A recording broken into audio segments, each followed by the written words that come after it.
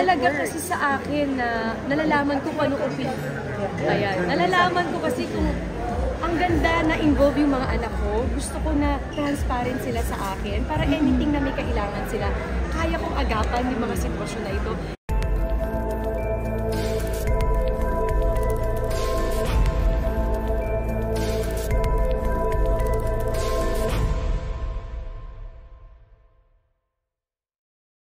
At syempre, happy birthday ulit. Tuloy-tuloy yung celebration ni Zia. After ito, diretso na naman ako.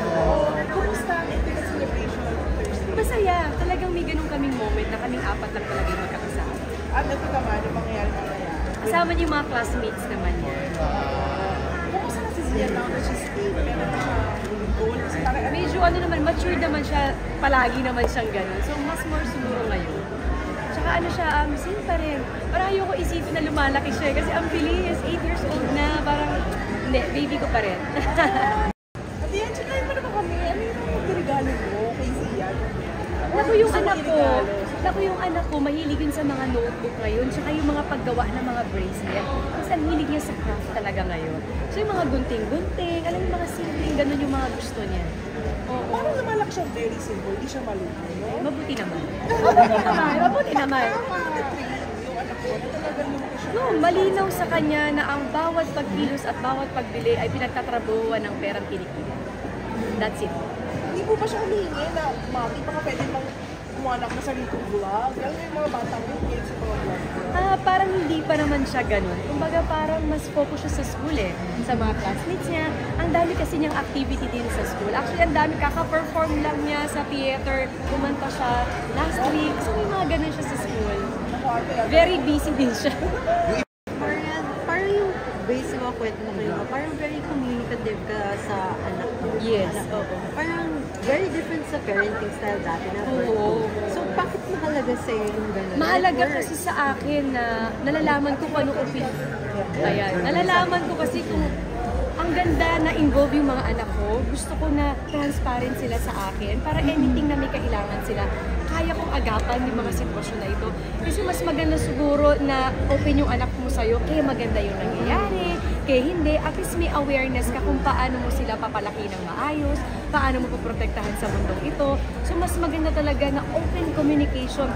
Kaya magagalit ka sa sasabihin nila, kaya matutuwa ka, at least hindi sila natatakot na magsabi. Yun yung mahalaga. Walang secret. Strict ako, pero malambing kasi akong nanay eh. So kapag may mali, mali. Kasi ang mali hindi mo pwedeng sabing tama.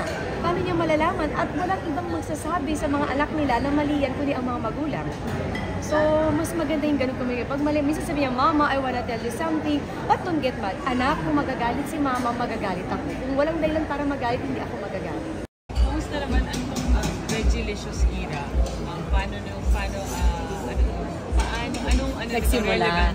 Nagsimula yan kay Zia. So, nasa kitchen ako, nagluluto ako. Tinikman niya as is talaga itong Aji Ginisa. Sabi ko, anak, anong ginagawa mo? Mama, it tastes so good. Sabi ko, really? As is? Na hindi natin lulutuin?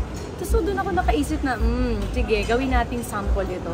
So, nung tinaray namin ito, actually, in different vegetables, nag-work siya. Hindi ko alam kung nakarelate kayo kanina, nakatikim ba kayo? Pasado ba sa inyo?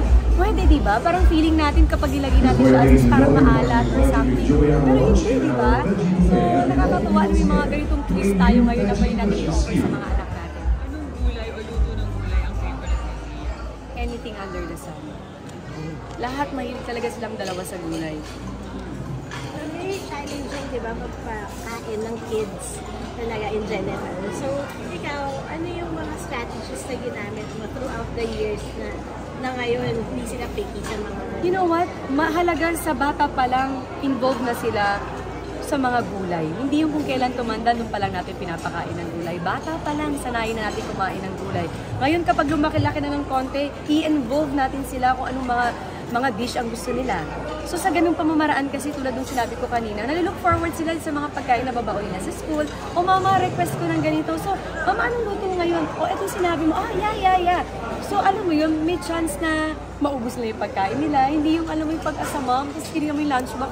Anak, di mo nakain yung pagkain mo, bakit? So mas magandang involved talaga sila sa lahat ng gagawin mo as much as possible. Paano pag yung mga, syempre yung mga kids, sige at may iwasan, gusto din nila ng mga junk food. Sa school kasi is not allowed junk foods. not allowed. So, sa house din? Meron akong cheat day sa kanila kasi kawawa naman kung hindi ko ibibigay minsan. Kasi mamaya paglaki nun, kung kailan tumanda, nung sila nagwalwal sa pagkain, hindi ba? So meron pa din. Gusto nila ng candy, gusto nila ng chips, okay. Pero moderate lang tayo, hindi pwede araw-araw. Marian, sorry. Tanong lang natin yung foundation. Ikaw ba nung bata ka, ganun ka? Oo sinanay ako ni nanay talaga in Cavite na kumakain ng gulay. Kasi bahay namin, tapos likod nun bukid na, so ang daming tanim. Pumipitas lang dun, kumakain na. Oo. Sa akin, pansin ko kung gaano maka-hands-on. Ngayon na balik taping, balik shooting, paano mo nababalik? Naku, kahit hindi ako matulog, basta maayos ko yung kakainin nila, okay lang sa akin. Sabi ko nga kahit nasa shooting ako, may time ako doon, kasi maglilista talaga ako, Monday hanggang Sunday. And then, I'm gonna call Zia. Zia, what do you think? Anong mo? Sige, sabihin mo sa akin, pupunta ako sa bahay, uuwi na ako.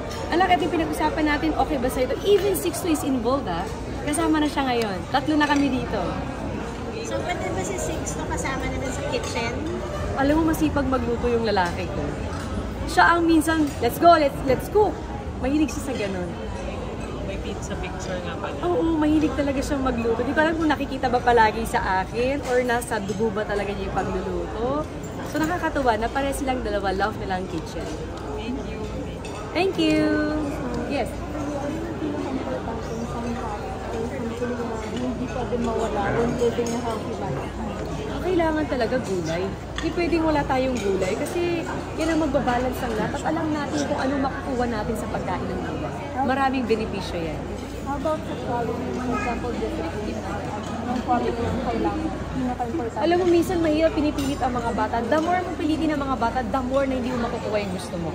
So may kanya-kanya tayong strategy as a parent kung paano natin lalambingin ang mga anak natin para kumain ng dapat at sapat.